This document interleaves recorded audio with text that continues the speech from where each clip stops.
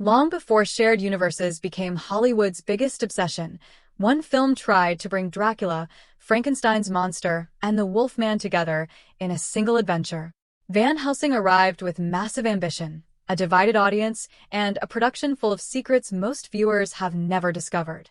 A freezing winter shoot in Prague, a beloved classic monster cut at the last minute, and a leading role shaped entirely by personality over star power. This is just the beginning. And it all started with a kid glued to his television dreaming of the ultimate monster mashup. Number 1. A kid's monster dream movie. There is a reason Van Helsing feels more like a theme park ride than a traditional horror film. And that reason goes all the way back to the director's childhood. Stephen Sommers grew up glued to classic Universal monster movies, absorbing every frame of the legendary creatures that defined early Hollywood. Those films planted a dream that never faded. Someday, he would bring all of them together in one massive adventure that honored everything he loved about them. The movie was never intended to be a faithful retelling of any single monster story. Instead, it was designed from the ground up as a celebration, a greatest hits collection of the creatures Sommers loved most. Dracula, Frankenstein's monster, the Wolfman, and more were pulled into one universe not because it made perfect narrative sense, but because it fulfilled a lifelong fantasy that had been building for decades. That childlike imagination is exactly what gives the film its unique personality. The playful tone, the oversized action, and the refusal to take itself too seriously all trace back to a boy watching black and white monsters on a small screen. It was not built from a cool, calculated studio formula. It was built from pure love for the genre, and that sincerity is what keeps audiences coming back. Number 2. Why the opening is black and white. Few blockbusters have the confidence to open in black and white, but this one did it with purpose. The prologue was carefully designed to mirror the look and feel of 1930s horror cinema, complete with dramatic lighting, slow pacing, and exaggerated framing that felt lifted straight from a vintage film reel. It was a statement of intent from the very first frame. The decision was not just a visual gimmick. It served as a bridge between two eras of filmmaking, easing the audience from the golden age of monsters into the high-octane modern action that would follow.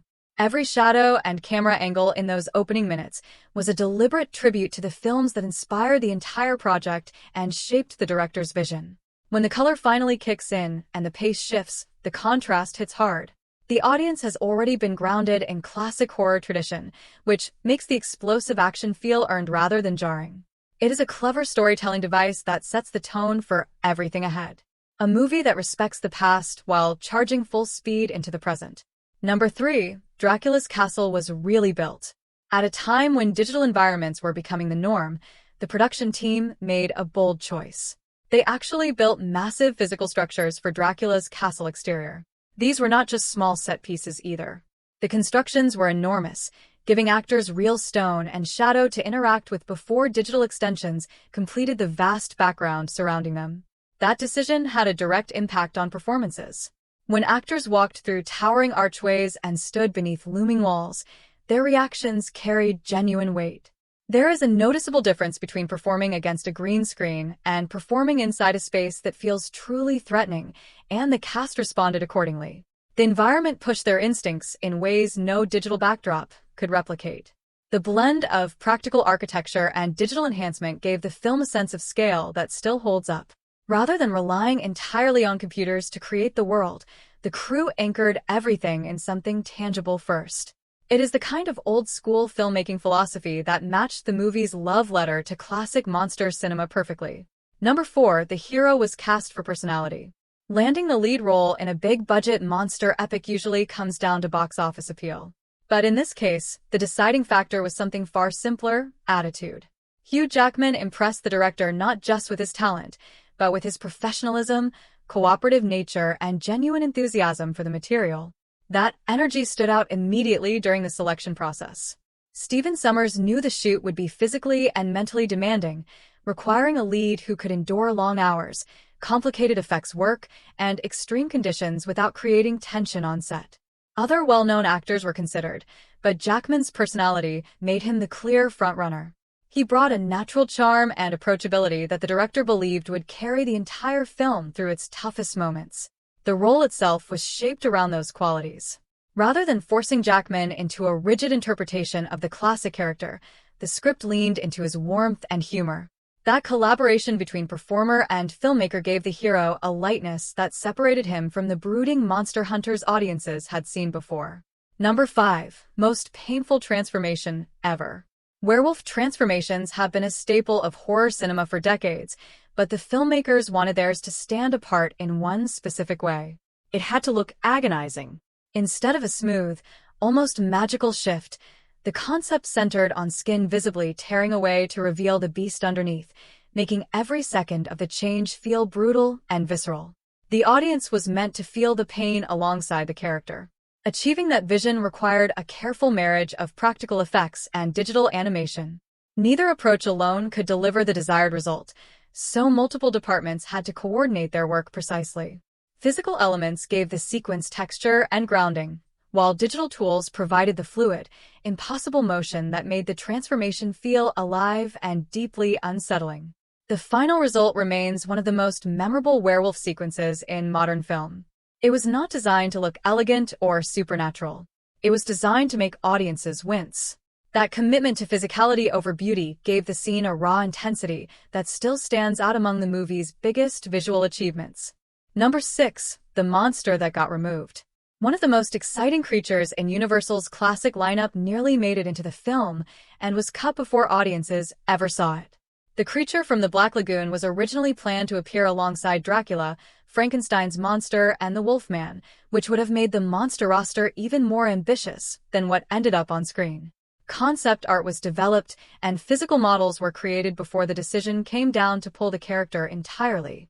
Studio executives and the creative team ultimately felt that adding another major monster would stretch the story too thin and pull focus away from the central conflict. It was a practical choice, but one that left an intriguing trail of what-ifs behind it. The artwork that survived shows a version of the creature that would have fit the film's heightened visual style perfectly well. The removal is a reminder of just how packed the original vision really was. Even without the creature, the movie was already juggling multiple iconic monsters in a single narrative, something almost no film had attempted at that scale before. Including one more might have tipped the balance from ambitious to overwhelming. But fans have debated for years whether the final product would have been stronger or weaker, with the creature swimming through its climactic act. Number 7. A hit that still killed a franchise.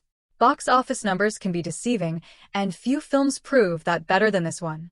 The movie earned strong worldwide totals that would have been considered a clear success for most productions of its era.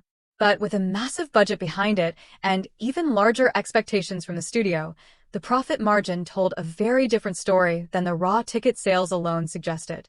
Universal had positioned the project as the potential start of something much bigger, a franchise that could generate sequels, spin-offs, and extended merchandise revenue for years to come. When the returns did not match that ambitious projection, the studio quietly shelved any continuation plans. It did not matter that audiences showed up in significant numbers. What mattered was that they did not show up in enough numbers to justify the enormous investment at that scale. The outcome became a textbook example of how Hollywood defines failure. A film can entertain millions, generate hundreds of millions in revenue, and still be considered a disappointment if the math does not satisfy corporate expectations. It is a reality that has ended countless promising stories before they had a chance to grow. And this production became one of the most visible and frequently cited casualties of that unforgiving system. Number 8. A role given without audition. Getting cast in a major studio blockbuster without reading a single line might sound unusual, but that is exactly what happened here. Kate Beckinsale was offered her role directly, bypassing the traditional audition process entirely. The director had a clear vision of who he wanted opposite Hugh Jackman and simply was not interested in exploring other options for the part. The studio, however, had different ideas. Executives pushed for a different casting direction, but Stephen Sommers held firm on his choice. He needed someone who could match Jackman's physical presence and emotional range without being overshadowed by the spectacle around them. Beckinsale had already demonstrated that exact balance in previous action roles, and the director trusted her ability to bring depth to the character under the most demanding conditions. That insistence paid off on screen. The chemistry between the two leads gave the film an emotional anchor that kept the monster chaos from feeling hollow. Without a believable partnership at the center, the story risked becoming nothing more than a string of effects sequences. Summers understood that, which is why he fought for the performer he believed in rather than settling for a safer studio-approved alternative. Number 9. A character written for one actor.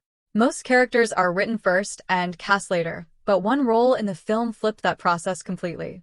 The part of Igor was essentially built from the ground up with Kevin J. O'Connor in mind. The director did not just think of him during casting. The character's mannerisms, humor, and entire personality were shaped by what he already knew the actor could deliver on screen. That familiarity came from previous collaborations. Summers and O'Connor had worked together before, and that history gave the director a deep understanding of the performer's strengths and instincts. Rather than writing a generic sidekick and hoping to find the right fit, he tailored the role to someone whose timing and energy he already trusted completely. It was a creative shortcut that only works when the relationship between director and actor runs deep enough. The result was a performance that felt effortless and natural within the film's exaggerated world. O'Connor brought a specific kind of energy that could not have been replicated by another actor stepping into the same lines. The character became distinctly his, not because he auditioned better than everyone else, but because the words on the page were already written in his voice from the very beginning. Number 10. Filming in a freezing winter. The production did not end up in Prague by accident. It was a deliberate choice driven entirely by atmosphere. The crew wanted overcast skies, moody light, and an environment that naturally looked like it belonged in a gothic horror story. Winter in the Czech capital delivered all of that and more, though it came with a physical price that tested everyone involved throughout the entire shoot. Conditions were harsh from the start. Freezing temperatures made long outdoor shoots physically draining, and the limited daylight hours forced the crew into tight scheduling windows that left almost no room for delays. The team arrived after the city's devastating flood period had passed, but the lingering cold and difficult logistics still created daily challenges that required constant problem-solving and adaptation from every department on set. Despite the discomfort, the weather became one of the film's greatest unintentional assets. The gray skies, cold breath, and heavy atmosphere visible on screen were not manufactured. They were real. That authenticity gave the movie a visual texture that would have been nearly impossible to recreate on a controlled soundstage, turning what could have been a regrettable production decision into one of the film's most defining visual qualities. Number 11. The 7:30 p.m. wrap rule. On most big-budget productions, long shooting days are simply part of the deal.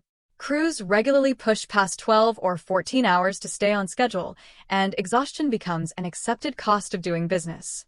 But on this set, something unusual happened. The director called wrap at the same time every single day, creating a rhythm that was almost unheard of for a film of this scale. That decision was not random. Stephen Sommers believed that a well-rested crew would consistently deliver better work than an exhausted one grinding through overtime. By maintaining a strict daily cutoff, he gave everyone a predictable structure that allowed them to recover and return focus the next morning. Cast members later spoke about how that consistency affected the energy on set, keeping morale noticeably higher than what they had experienced on comparable productions. The approach also influenced the performances themselves. When actors know their day has a clear end point, they tend to bring sharper focus to every take rather than pacing themselves for an unpredictable marathon. It was a leadership philosophy that prioritized quality over quantity. And the results showed in the sustained energy visible throughout the finished film. In an industry built on long hours and burnout, the discipline stood out as a quiet act of creative defiance. Number 12. The set had secret comedy moments. Behind the dark costumes and gothic atmosphere, the production had a lighter side that rarely made it into press coverage. The cast and crew maintained a playful environment between takes, turning the long days and heavy makeup and elaborate sets into something far more enjoyable than the grim visuals might suggest.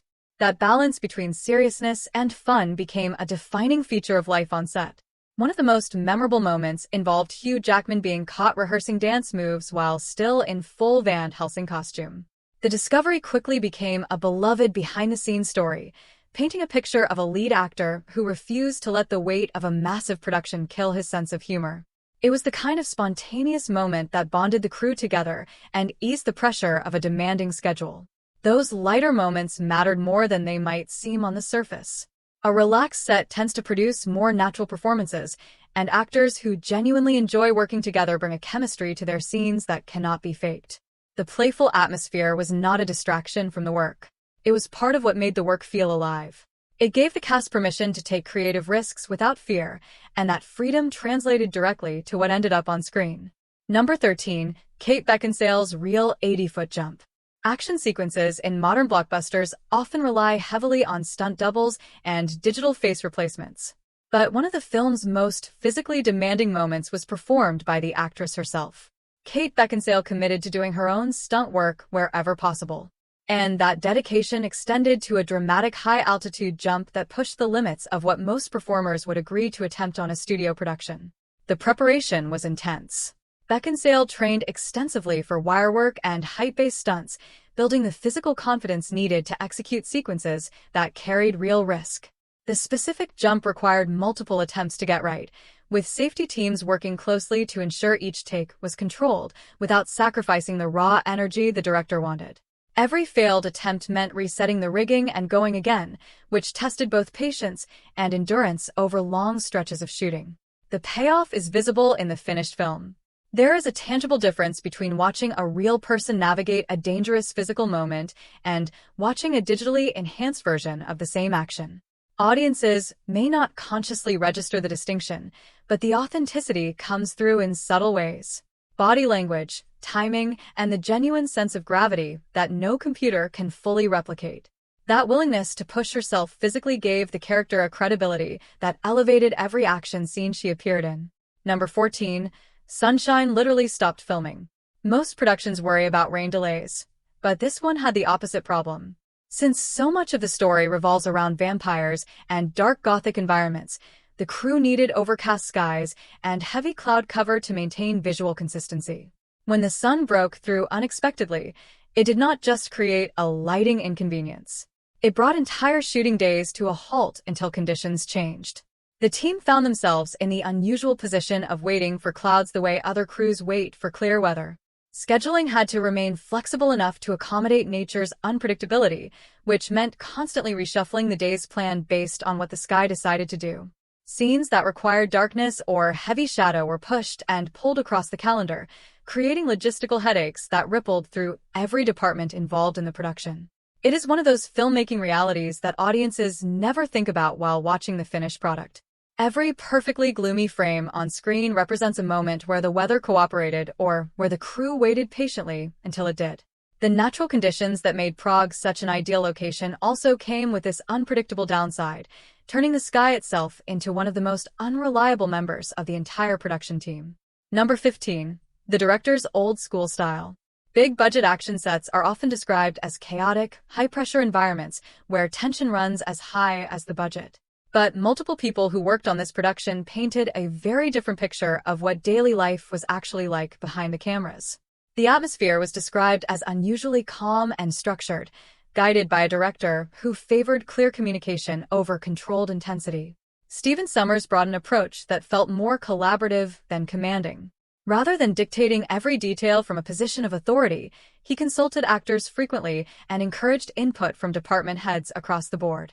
That openness created a working environment where people felt valued rather than managed, which had a noticeable effect on the creative energy flowing through the set each day. Cast members noted that his style made them feel like genuine partners rather than employees executing orders. That old-school leadership philosophy might seem unremarkable on paper, but in the context of a massive effects-driven blockbuster, it was genuinely rare. Productions of this size tend to generate enormous pressure that flows downhill from studio executives to directors to crew, and maintaining calm under those circumstances takes real discipline. Sommers managed to keep that pressure from reaching the people doing the actual creative work, and the result was a set that ran smoothly despite the complexity of what they were building together. Number 16. The 7-hour monster transformation. Bringing Frankenstein's monster to life on screen required far more than digital wizardry. It started with hours in a makeup chair before the actor ever stepped in front of a camera. The daily transformation process stretched to roughly 7 hours, demanding extraordinary patience from the performer and the effects team alike. It was the kind of grueling preparation that most audiences never consider when watching the finished creature move effortlessly across the screen. The makeup artist worked meticulously to build the character's appearance layer by layer, applying prosthetics, textures, and paint with surgical precision. Every session had to match the previous one exactly to maintain continuity between shooting days, which meant the process could not be rushed or simplified no matter how tight the schedule became. The actor endured this ritual day after day, arriving long before the rest of the cast and sitting motionless while his face and body were slowly buried beneath the creature's elaborate exterior. Despite the growing dominance of digital effects in Hollywood at the time, the production insisted on grounding this character in practical craftsmanship first. The decision gave Frankenstein's monster a physical weight and presence that pure CGI would have struggled to replicate convincingly. When the creature appeared on screen, it occupied real space, cast real shadows, and interacted with real environments, a quality that added a crucial layer of believability to even the most fantastical scenes surrounding it. Number 17. Kids visited the monster daily. One of the most unexpected details from the production had nothing to do with cameras or special effects. It happened between takes when crew members' families came to visit the set. Children regularly showed up to see the elaborate environments and towering costumes their parents were helping to build, and their reactions quickly became one of the warmest and most talked about recurring moments of the entire shoot. What made it particularly memorable was how the youngest visitors responded to Frankenstein's monster. A character designed to be intimidating on screen became something entirely different in person. Rather than frightening the children, the fully costumed actor became a friendly presence they looked forward to seeing each visit. The contrast between the creature's terrifying on-screen appearance and its gentle real-world reception created a dynamic that charmed everyone on set and added an unexpected layer of warmth to the production. Those visits humanized the experience in a way that long shooting days and technical challenges never could. Behind the gothic sets and monster makeup was a workplace where families felt welcome and children laughed in the shadow of creatures designed to frighten millions.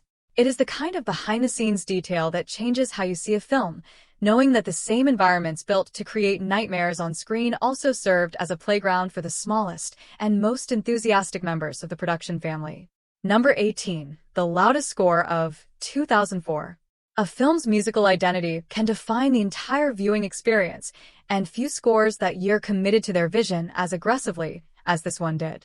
The composition leaned heavily into powerful percussion and sweeping choral arrangements, creating a wall of sound that refused to let the audience sit passively through any scene.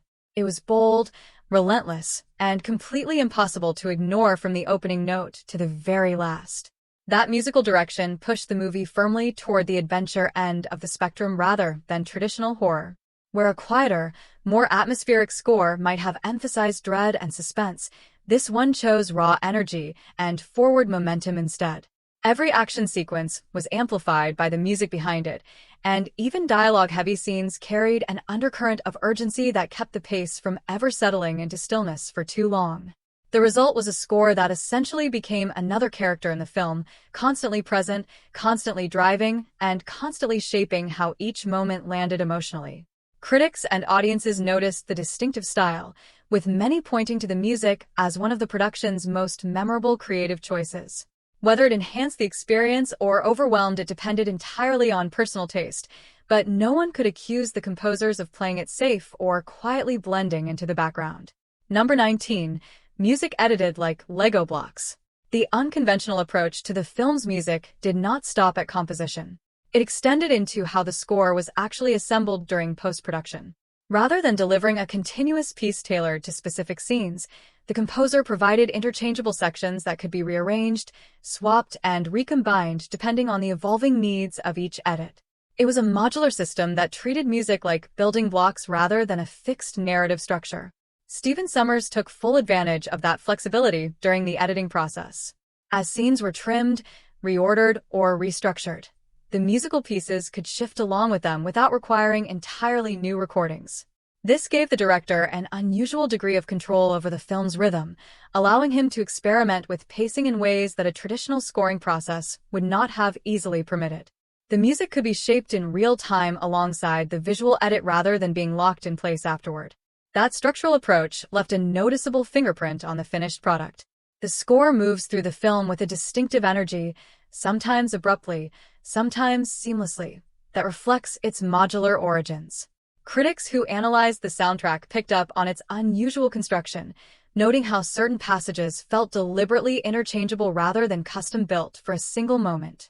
It was a creative gamble that gave the film a unique musical personality, even if that personality did not always sit comfortably with more traditional scoring expectations.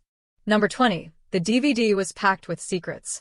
When the film arrived on home video, it came loaded with supplementary material that went far beyond the standard deleted scenes and theatrical trailer. The DVD release was treated as a genuine opportunity to expand the story and pull back the curtain on the creative process, offering viewers a much deeper understanding of how the entire production came together from initial concept to final cut. Commentary tracks gave the filmmakers a chance to explain decisions that might have puzzled audiences during their first viewing. Behind-the-scenes featurettes walked through the elaborate effects work, from the practical monster designs to the digital environments that extended every set beyond its physical boundaries. Each piece of bonus content added another layer of context, transforming the home release from a simple rewatch into something closer to a guided tour of the entire production journey. Those extras played a significant role in building the film's cult following over the years that followed. Viewers who may have been lukewarm on the theatrical experience discovered new appreciation when they understood the craftsmanship and ambition behind it. The DVD became more than a product. It became a gateway into the world the filmmakers had built. And for many fans, that deeper access was what turned casual interest into lasting devotion to a film that mainstream audiences had already moved past. Number 21. Homework. Watch old horror films. Before production ever began, the creative team was given an unusual assignment: study the classics.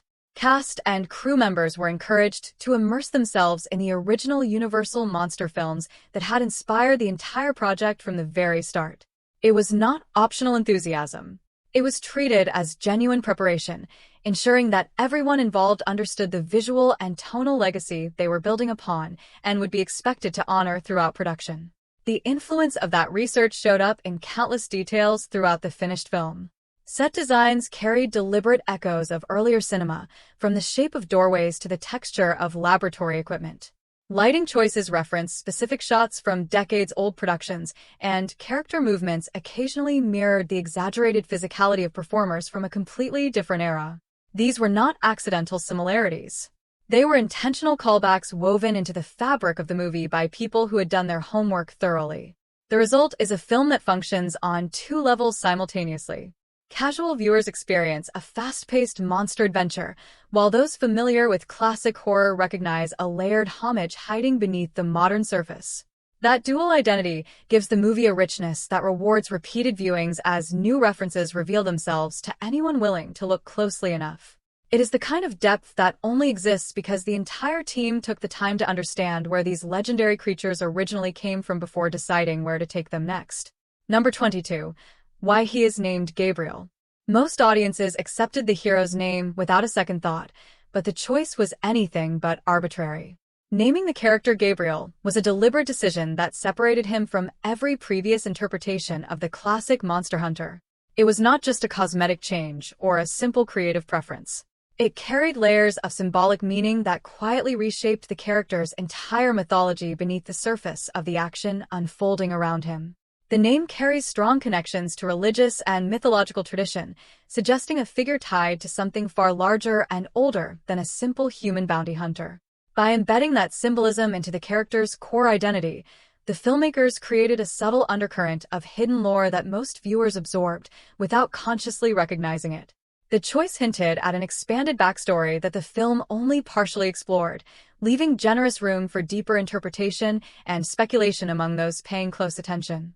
That kind of quiet world building is easy to overlook in a movie packed with explosions and creature battles, but it speaks to the ambition behind the project. The creative team was not content with simply putting a hero on screen and letting the action carry the story. They wanted to build a mythology around him that extended beyond what the plot explicitly stated. Whether audiences picked up on the symbolism or not, it added an intellectual layer to a character who could have easily remained one-dimensional without it. Number 23. Toys planned before release. Long before audiences had a chance to form their own opinions, the studio was already betting heavily on the film's commercial future. Merchandise lines and video game tie-ins were developed well in advance of the theatrical release, signaling a level of corporate confidence that went far beyond simply hoping for a hit at the box office. The expectation was not just that viewers would enjoy the movie. It was that they would want to live inside its world long after leaving the theater and carry the experience home with them. The merchandise planning extended into unusual territory. Actors contributed voice work and motion capture for the video game adaptation, blurring the line between the film and its commercial extensions in ways that were still relatively uncommon for the era. These were not afterthought products, slapped together to capitalize on opening weekend buzz. They were carefully coordinated pieces of a much larger franchise strategy designed to sustain audience interest across multiple platforms and revenue streams for years to come. That early investment reveals just how much the studio believed in the property's long-term potential. Every action figure, every game level, and every promotional partnership was built on the assumption that this would be the beginning of something much larger and more enduring. When the franchise failed to materialize as planned, all of that pre-built infrastructure became a quiet monument to unrealized ambition. Products designed for a future that never arrived, sitting on clearance shelves meant for a universe that never fully expanded. Number 24. Monsters fans thought were coming. In the months surrounding the film's release, rumors circulated wildly about additional classic creatures making surprise appearances throughout the story. Fan communities speculated endlessly about which monsters might show up, fueled by the movie's ambitious premise of combining Universal's legendary roster into a single interconnected story. The excitement built expectations that extended well beyond what the filmmakers had actually planned or were ever prepared to deliver on screen. Stephen Sommers addressed those rumors directly, denying that many of the speculated creatures were ever part of the production's official roadmap. Some of the reported ideas had never existed outside of fan imagination, while others may have been briefly discussed in early meetings, but never seriously pursued beyond the conceptual stage.